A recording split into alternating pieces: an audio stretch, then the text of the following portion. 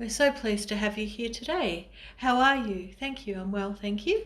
Good. I'll start the discussion about the theme of this year, which is reaffirming your deaf human rights. So, standing up and advocating for your human rights. And what do you think the priority areas are for deaf people in the LGBTIQ plus community to stand up for and advocate for their human rights? Well, to stand up for access to communication so that they know what their options are, to remove those barriers, to access information in Auslan and access different opinions. So to have more personal choice, yes. And do you have issues that you feel that in the past were barriers that you've finally been able to see as being a breakthrough and as of a relief? In the past, before NDIS was rolled out, access to interpreters were very difficult, and since the NDIS, interpreter access has been a lot better. I have been able to access information that is medical related to my transgender decision making, and I know what's available. So before Auslan interpreters were available for you, you felt that you were a bit lost, and now that you have access to Auslan interpreters that you're feeling more confident? Well, I didn't have any access before the NDIS to Auslan interpreters, and now I always have access to Auslan interpreters, so I never miss an appointment.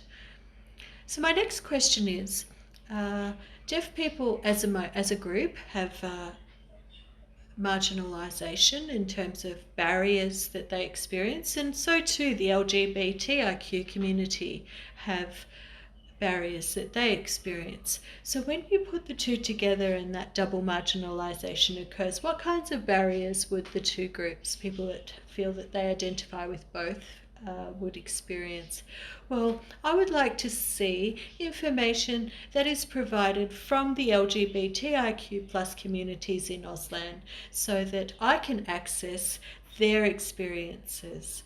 And I find that it's difficult for me to know what it is that the LGBTIQ plus community are communicating, because it's not provided so much in Auslan. So I'd like to see more of that so I can access what it is that they're communicating. Right, so you have set up a Facebook group that you have facilitated. Could you explain a little bit more about the name of that group and what it is, what the aims are? Well, I'd like to see people become more open-minded about what their identity or other people's identities might be, and what other people's experiences might be, whether they be positive or negative, and develop more friendship groups and communication between people. So this Facebook group is called Auslan Rainbow Friends? No, Auslan Rainbow Pride. Excellent. So who contributes to the video content?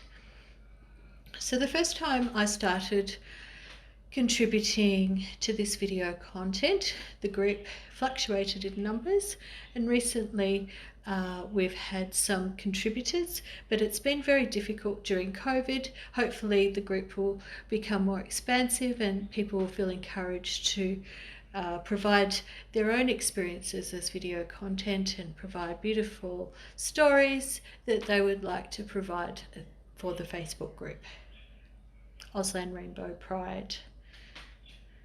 The LGBTIQ plus community is a very unique community. Could you explain in 2 words, why you love this group?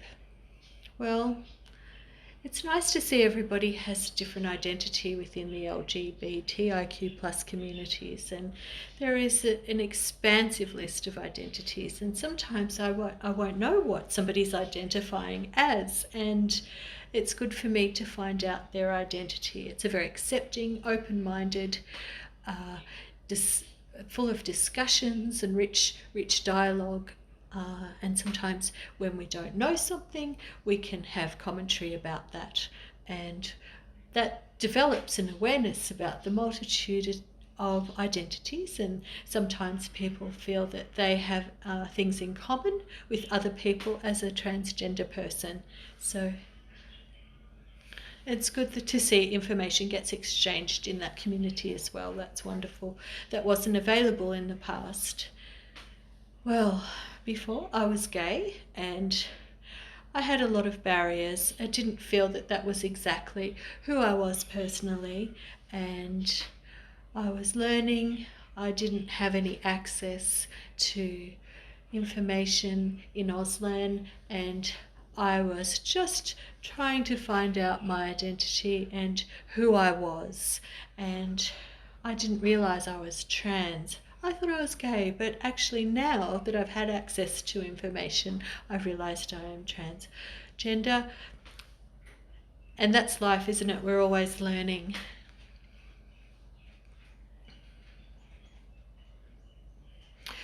So, when you wanted to see a television show and you wanted it to be representative of either the LGBTIQ plus community or the deaf community, which one would you say was representative?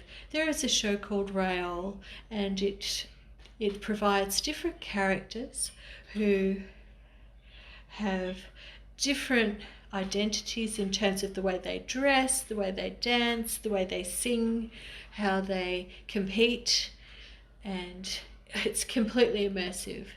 And it showed how the process of being drag works. So I will see RuPaul, sorry, and I learned something from the makeup tips that were provided there. That's great. I will learn something too. So now, going through the journey that you have and all the experiences that you have, what do you envision for the future of the deaf LGBTIQ plus community?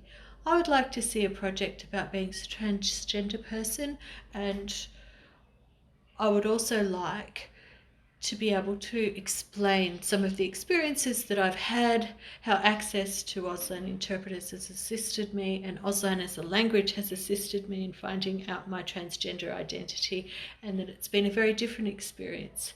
Because changing from a man to a woman has been a very quite impactful experience. When I was originally identifying as a man, my life was very reasonably stable, but now that I'm a woman, I am more emotional, I am suffering, I have pain, but I've come to learn that pain is beautiful.